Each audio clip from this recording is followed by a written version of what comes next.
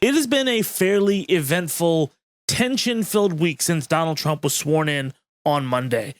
Who would have thought? There's been a myriad of executive orders, blanket pardons for 1,500 people who were involved in the insurrection. Vivek Ramaswamy got banished to the shadow realm, I assume for losing at a children's card game. That's the only way I think that could have happened. And Elon Musk did a Nazi salute or a Roman salute or an awkward hand gesture or an underhanded invisible frisbee throw to another invisible person. Everyone has a different explanation. But amidst all of that, I'm getting questions like, hey, Zed, the White House removed the webpage for the Constitution. So obviously I panicked. Shout out to this dude. I'm not trying to pick on him. He's going through a lot right now. Hey, Zed, does Trump have blanket control over all policemen in America? Hey, Zed, Trump isn't wearing a hat right now. Will we be required to wear hats whenever he's wearing a hat? Or will he make all hat wearing illegal when he's not wearing a hat? So we have to just throw out all of our hats. But then if he reinstitutes hat wearing, are we in 1984? But what's made it all worse is that amidst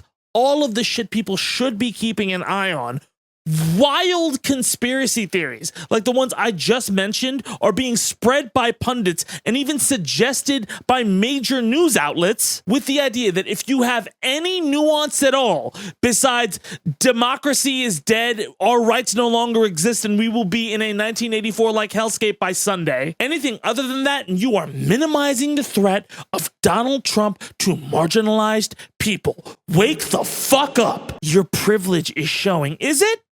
Is it showing? Where? Show me. Is it? The Muslim guy publicly talking shit to this man for the last 8 years. Is it showing? I am also directly affected by this guy. You know, the same one who tried to ban me the first time. But here's the thing. It is a fact that while many executive orders signal sharp right turns that encourage nativism and all sorts of other bad things, many of the things that you have read about in the last week are either performative or not fully far-reaching as they are being portrayed on whatever media app you want to scare the shit out of yourselves with at the moment, with the goal of shocking as many people as possible and getting them outraged to go, see, TDS, and flaming up the culture war. And if we're being honest with all of this stuff that has gone out, some of it is doing and some of it isn't working. But what is? So let's talk about it. Let's talk about it leading into our Sunday Freestyle the News. What's real? What's performative? And what are the things that we should look out for? And I'm going to again preface this by saying I am not minimizing any consequences here, right? Okay? Just because I say that Sauron doesn't have a fucking eye in the sky doesn't mean that I think Donald Trump is harmless. Those are two mutually exclusive things. I mean, Donald Trump confirmed Frieza. Are we really going to let him get away with that? All right, all jokes aside, let's start with obviously, fucking terrible. Listen to me.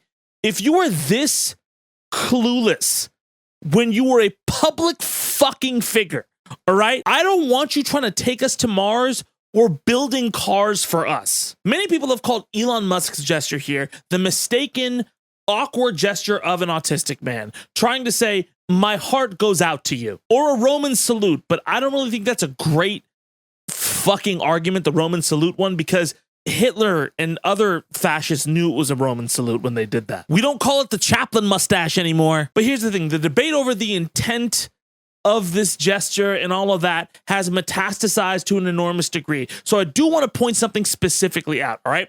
Let's be clear. Modern day Nazis and nativists and nationalists don't like being called Nazis. It's weird, but it's true. Like maybe a few sects, but actually quite a few nationalists and nativists, when you call them a Nazi, they go, oh, no. We're not that. We just believe everything adjacent to it. No, I'm not a neo-Nazi. You like black people? Well, why sure. Neo-Nazis don't love me. They kind of hate me, actually. The KKK, neo-Nazi. Those people don't like me, Are you like the hipster version of the neo-Nazi movement? It's Pepe's become kind of a... That's the secret sauce to why we're in the mess we're in, right? They've made these major figures in history, these cartoonish monsters. So when they exhibit the actual things that those monsters are doing, they can't recognize that they're similar. So look, did Elon intentionally want to do a Zig Heil in reverence to Mr. Adolf in the 1930s? No. But does he align with a lot of white nationalist talking points and conspiracy theories? Yeah. Does it matter what he intended to do, especially when you are the richest man in the fucking world and are supposed to run a government agency purportedly? We'll see if that ever happens. Fucking no. Because either way, it emboldened the wrong people. But even for Elon himself, like for what he's trying to do, he fucked up pretty badly. So yes, like I said, Donald Trump likes to do those shocking culture war things, right? To signal to his base. But notably, even within that framework, he is trying really fucking hard to normalize himself. If you haven't noticed by the fact that people are hedging at the hearings, or he's trying to give these much more muted in tone interviews, sometimes he can't help himself and he talks that shit, but he is markedly trying to figure out to frame all of his bullshit as a unity play. He wants desperately for the independents who voted for him reluctantly and everybody else in America who is cautious about him to go, oh, he has a lot of bluster, but it's mainly just because of common sense. He has a lot of common sense. Zig Heil isn't common sense, motherfucker. This has dominated headlines for a fucking week. It has brought up every comparison, every doubt, every fear of instability, even for the people who plugged their noses and voted for Trump for higher egg prices and shit. And Trump needs those people for 2026 at the forefront. Let's also be very honest about how presidential politics has gone for the last fucking forever, right? Trump is likely to face sustained backlash during his first 100 days. Maybe there's a honeymoon period and he gets away with some stuff. There was a honeymoon period for Biden and for Obama and for Trump 1. But similar to Trump 1, he spent that political currency way too fucking quickly. And he is running through it very quickly right now. He's more popular than he was 8 years ago, but he's still very close to underwater or underperforming. And this guy who fucked the spending bill is leading the charge of bad press against him right now. Also, what did I fucking say? Bye, Doge. 4 weeks later, you aren't shit. And that one Dacey guy who said that he bought his car with his hard work after his parents shelled out the money for him is leaving to run for governor of Ohio. Ooh, nobody liked him. And again, make no mistake, I am not saying there are not problems or consequences to that gesture and what Elon is doing. Again, a lot of white nationalists and nativists were very happy with that gesture. They said they were thrilled by it. Well then, do you want to pull back on your take then, Zed? Huh? You neoliberal dick. Trump's cronies have taken the White House and done the unthinkable. Normalized love for fascists in 2024. Hail Trump! Hail our people! Hail victory!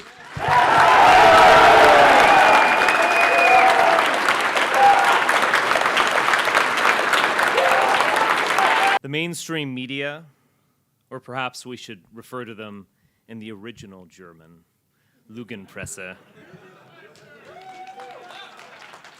To be white is to be a striver, a crusader, an explorer, and a conqueror. That was in 2016, the day after the election. Also, bro, when I was a teenager, there were people who suggested publicly, like TV pundits who were supposedly well-respected, they suggested putting Muslim American citizens in internment camps because we couldn't be sure of their loyalty to Islam or America. Do you really want to risk Al-Qaeda? That's a real fucking book, by the way, in the 2000s by Michelle Malkin. So believe me when I say the unfortunate truth that I have been fighting shit like this my whole fucking life, okay? This has been a thing for a minute. This isn't in the script, but I want to just give you a side note. I was surprised when people protested the Muslim ban when Trump came in the first time. I was like, I teared up. I'm like, what the? people actually give a shit? After the rash of shit I would take every 2 to 4 years and 2 presidents before that about Muslims being a threat to national security. And are they really American? I don't think white nationalists were suddenly like, you know what? Now I support him. Now. You know, that Madison Square Garden rally and the 12 years of dog whistling us and tacitly supporting us and receiving support from some of our biggest influencers like Richard Spencer and David Duke, that wasn't enough for me, but now I'm with it. The majority of Americans during Trump's first presidency, during every time he's ever run, hate this shit. They think it's cringe.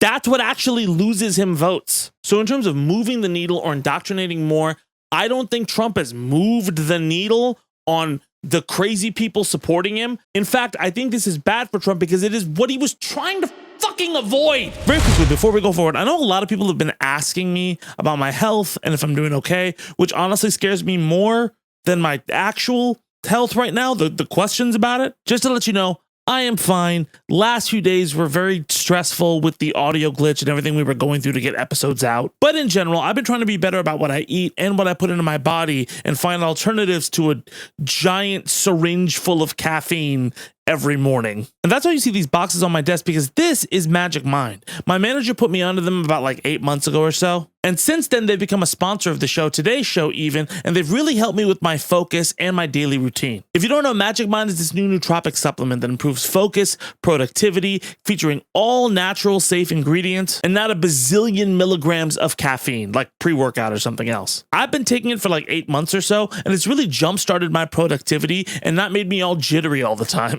I thought it would taste weird when I first had it because like this one is purple, the other one's green, but it's actually just like a shot of like orange juice or pomegranate juice. And you can have it multiple ways, like over ice or with oat milk or something else. And on top of that, they have this new like sleep aid. It helps you fall asleep a little bit better, wake up a little bit more energized. It has things like ashwagandha, chamomile. It's melatonin free. I took this last night, woke up feeling energized as my cat screamed at me an hour before I was supposed to actually feed them. Fucking goblins. And look, just to keep it clear, this is not meant to replace coffee or tea or whatever you have in the morning. This is just meant to be a nice little addition to your whole morning routine that helps you feel a little bit lighter, that helps you keep a little bit more focus so you can be the best you every single day. And right now, if you go to magicmind.com/ZedJan, by the way, that's in the description too. You can just click the link instead of having to type out what I said. You can get 45% off the new Magic Mind bundle with both the sleep aid and the focus aid right now. 45% off. That's like a single punch from Ryu. In Street Fighter 6, they buffed my boy. He needed it. And if you're not a fan of these, if this isn't doing it for you, Magic Mind will refund you 100% within the first 100 days of your purchase. So if you want something other than caffeine to boost you up, if you want a good night's sleep where you wake up a little bit lighter and a little bit more energetic in the morning, and if you think that I'm a cool rapper and you're like, oh man, I hope his show does well, I want to support it, go to magicmind.com/ZedJan, get 45% off and get the boost you need. All right, back to the breakdown. But in addition to all of that, let's also talk about some of the executive orders that Trump signed. I cannot go through all of them today. There are a lot, and we'll revisit some of the ones we talk about right now on Sunday. But just to comment on a few. The transgender executive order with fetal personhood language that recognizes only 2 sexes. Pretty much says the U.S. government will only recognize 2 sexes, male and female, and you can't transition. They're not going to recognize that. Obviously shitty for trans people and LGBTQ people, but for the immediate future, it is a directive to change certain federal documents, but transgender people specifically legally have not lost their legal rights from this order. There are issues with this bill and the ways it could affect people, but none of this is immediately enforceable to the general public. For federal employees who are trans, you will probably get a new ID by the end of the week with a different gender marker on that ID. But that's one of the specific things, right? Like it would force you, if you have like a driver's license or something, to have a specific gender on that driver's license. But reading through the executive order, much of this is expected to be challenged in the court.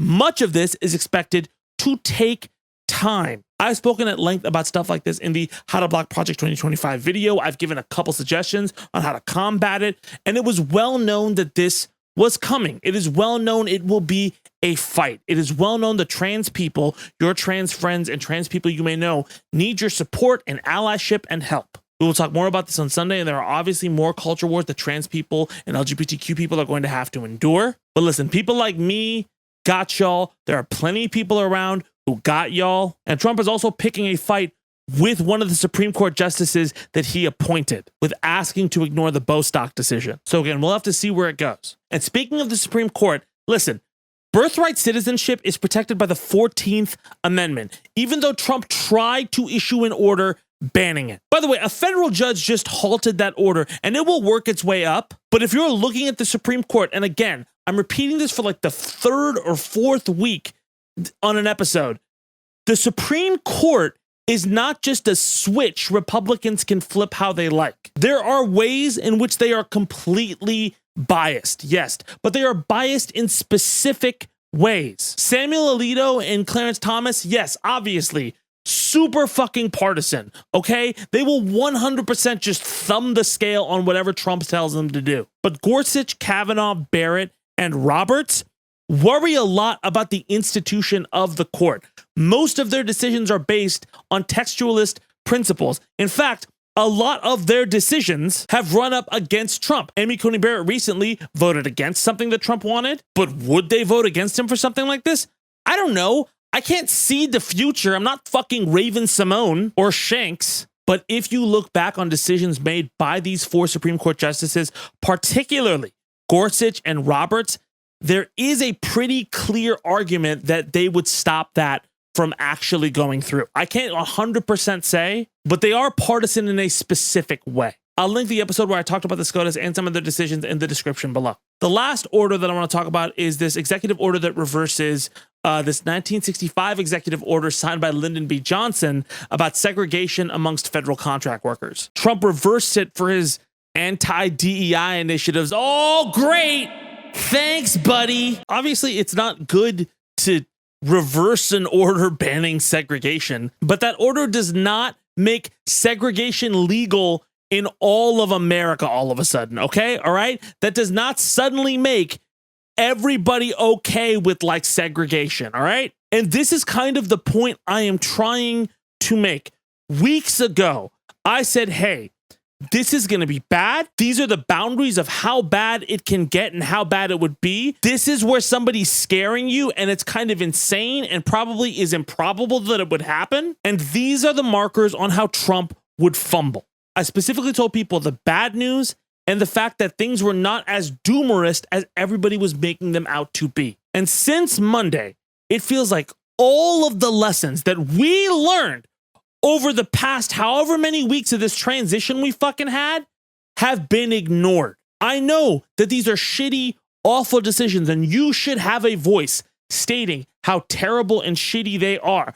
I think they're fucking awful. But again, we are not 1984 yet. What happened over this week that you didn't expect to fight against? What is different from what I said in the How to Block Project 2025 video that has suddenly decentralized the government and made all of those institutions evaporate? Probably the most I would say is maybe the websites being down, but even then that received immediate panic and they're like, oh no, they're gonna go back up. A lot of the more hyperbolic and alarmist fear mongering is mainly from fucking PACs like Midas Touch, cable news networks, and pundits, and some from genuinely scared people. And if you are somebody who is genuinely scared and genuinely worried, I have absolute sympathy for you. I am not trying to talk shit to you, okay? But some of this panic is covering up other major developments that you should be keeping an eye on. Doge is not doing well. RFK's nomination is in jeopardy.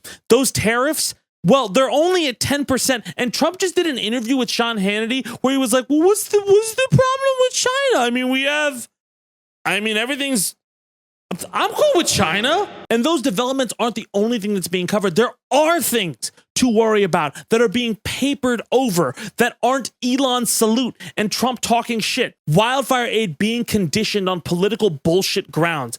The immigration raids that Trump has been promising will happen in Chicago. Protecting your trans friends from a lot of culture war zealots who are out and about right now trying to be really, really aggressive with, we won, fuck you, by the way. And also messaging all of those issues and anything that's coming up that is important that you can be activist on, that you can affect. But if all you do is fearmonger that the world and democracy is ending, there's nothing you can do. You are just a little pawn and you're absolutely powerless. It is demoralizing. It is exhausting. It was all of fucking 2024.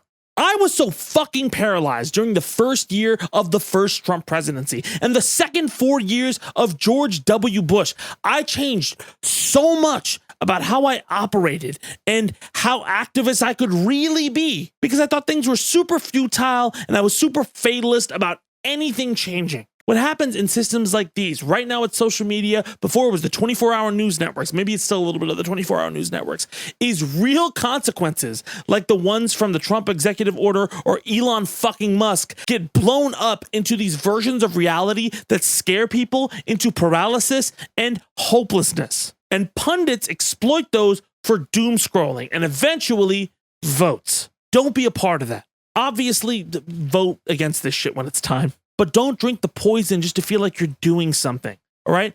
Familiarize yourself with what levers Trump is pulling and how hard he is pulling them. Remember what the guardrails are and how this will affect the public even with those guardrails in place. Even when you block a Hadouken, you still take chip damage. What is the conversation around those executive orders and the actions Trump takes? This is incredibly important. The more news Trump makes like this is not good for his political health long term. Again, Republicans consistently signal when it's bad for the brand, they will pull back. One thing I'm going to add that's not in the script, there was a news story that broke that somebody introduced something to repeal the 22nd Amendment so that Trump could serve 3 terms. Yeah, that was done in the House that Republicans lost 2 seats in, and they need 2/3 of that chamber and 2/3 of the Senate to make that happen. And they have a 3-seat margin. Yeah, I don't think it's happening. But listen, protect the people around you. There are ways to make noise that doesn't sound like panic and makes Trump look cringe. Don't feed the trolls. Don't drink the poison. Log off. Fill your cup. And come back when you're ready. Obviously, there are more things to keep an eye on, and we will talk about those on Sunday. But for right now, no. We are not Germany in the 1930s, and we aren't even America in the 80s. We're America in 2025. Take a deep breath. Let's get to work. And please stop sending me shit about Justin Baldoni and Blake Lively. Oh my God. How fucking long? That's our show. Thank you guys so much for watching. We'll be back here on Sunday with another Freestyle of the News. Get some rest.